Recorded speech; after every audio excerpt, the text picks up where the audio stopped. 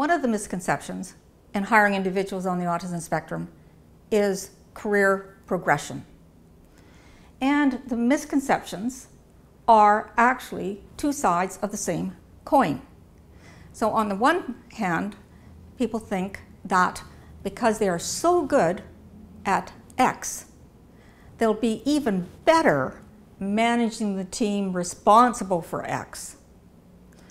Conversely, companies will think that, oh, this person on the spectrum, we can't change anything, no new skills, no additional responsibilities, everything must remain exactly the same.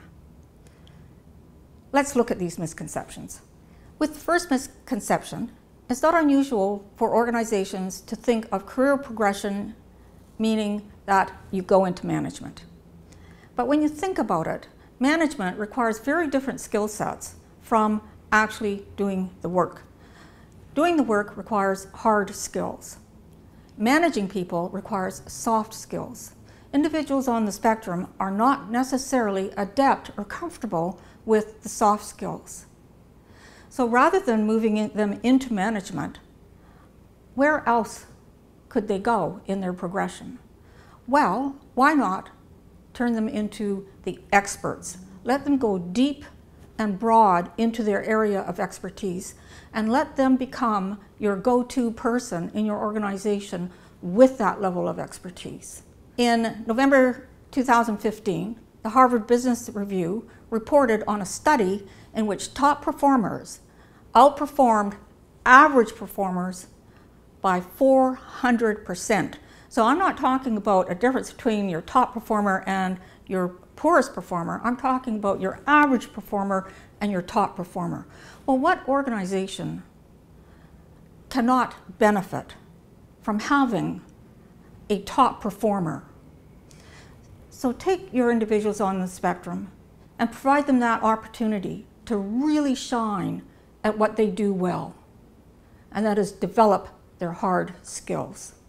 With the second misconception, where everything needs to remain the same, this isn't even practical in today's changing business world.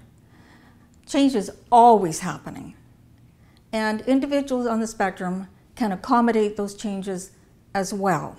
It's just a matter of preparing them. So for example, if you're moving the office from one building site to another building site, if it's practical, take them there so they can see it, or show them pictures ahead of time. Anything just to prepare them for it. Something that is more significant change, such as new skills or new tools coming in, what you want to do is not only tell them about it, but provide the training and a go-to person if they have questions about it, and then actually implement the change. Now what's interesting is that people on the spectrum, when they are learning a new skill set, they have very high expectations of themselves that they will perform at the same level as they did before the change. So all through the change, they may experience anxiety because while they're going through the learning curve, their productivity will drop. And that's normal and ordinary.